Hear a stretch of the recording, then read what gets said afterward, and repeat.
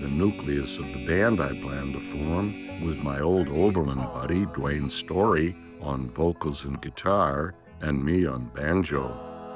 Back in Chicago, we found a talented young player named Stu Ramsey. Stu was still in high school, but agreed to join us on harp and dobro. We decided to call our group the Knoblick Upper 10,000. And after doing a few gigs locally, we headed off to the Big Apple, seeking fame and fortune. Shortly after we arrived there, we were jamming in Washington Square Park when up walked the famous personal manager, Albert Grossman. He wanted to sign us up. He got us a job at the famous Bitter End in Greenwich Village. The gig went pretty well, but unfortunately, Stu's parents called him and insisted he come home and finish high school. So we enlisted Peter Childs, another Oberlin grad, to join our group. We were a trio again and began playing all over the village. The Gaslight Café, Café Wha, Gerdes Folk City, and more. I'd rented a fifth-floor walk-up on Prince Street in Little Italy. That area of Soho was bleak and desolate in those days. Double police locks on the doors. I became friends with a lot of musicians. My good buddy Phil Ochs, Richie Havens, Freddie Neal, Jesse Colin Young, Jack Elliot, and Cass Elliot, just to name a few. I was sweet on a beautiful, statuesque singer named Judy Henske, and we had a short but hot affair until she left for California.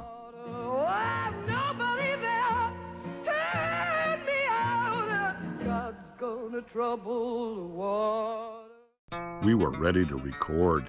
Albert got us signed to Mercury Records. We made our first album, called The Introduction of the Knoblick Upper 10,000. We only had 2 days to record. Albert got a production advance of 5 Gs and pocketed half for himself. We met briefly with Quincy Jones, our A&R man from the label. He wished us good luck. We got an agency, ITA, our bio.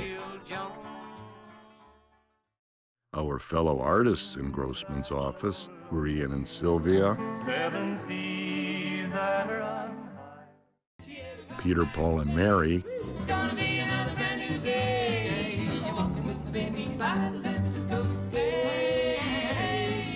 and Bob Dylan. I was at the office when Bob saw his first album cover.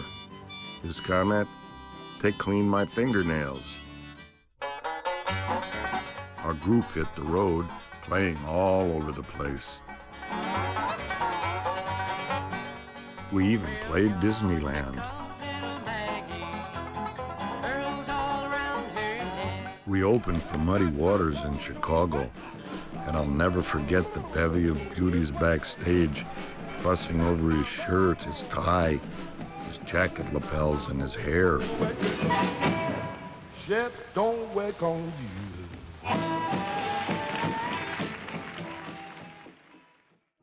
In Chicago, we stayed with Jesse and Dixie Dupree, sister B-gals from Alabama.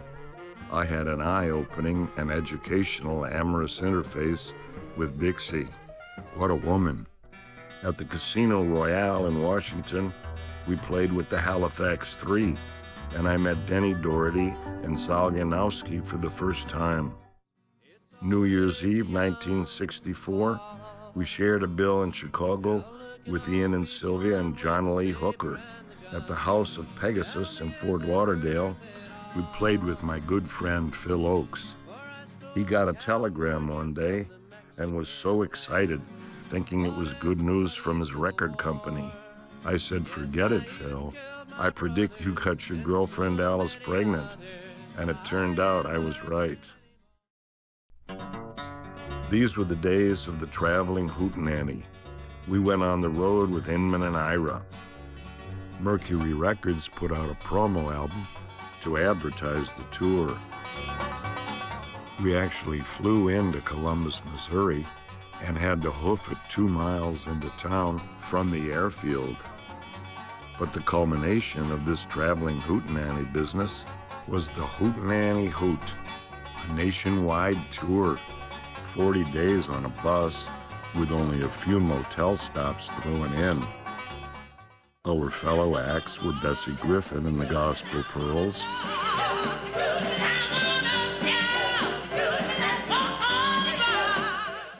and the Modern Folk Quartet. During the tour, we got to know the MFQ, as they were called, and their banjo player, Henry Diltz, and I hit it off.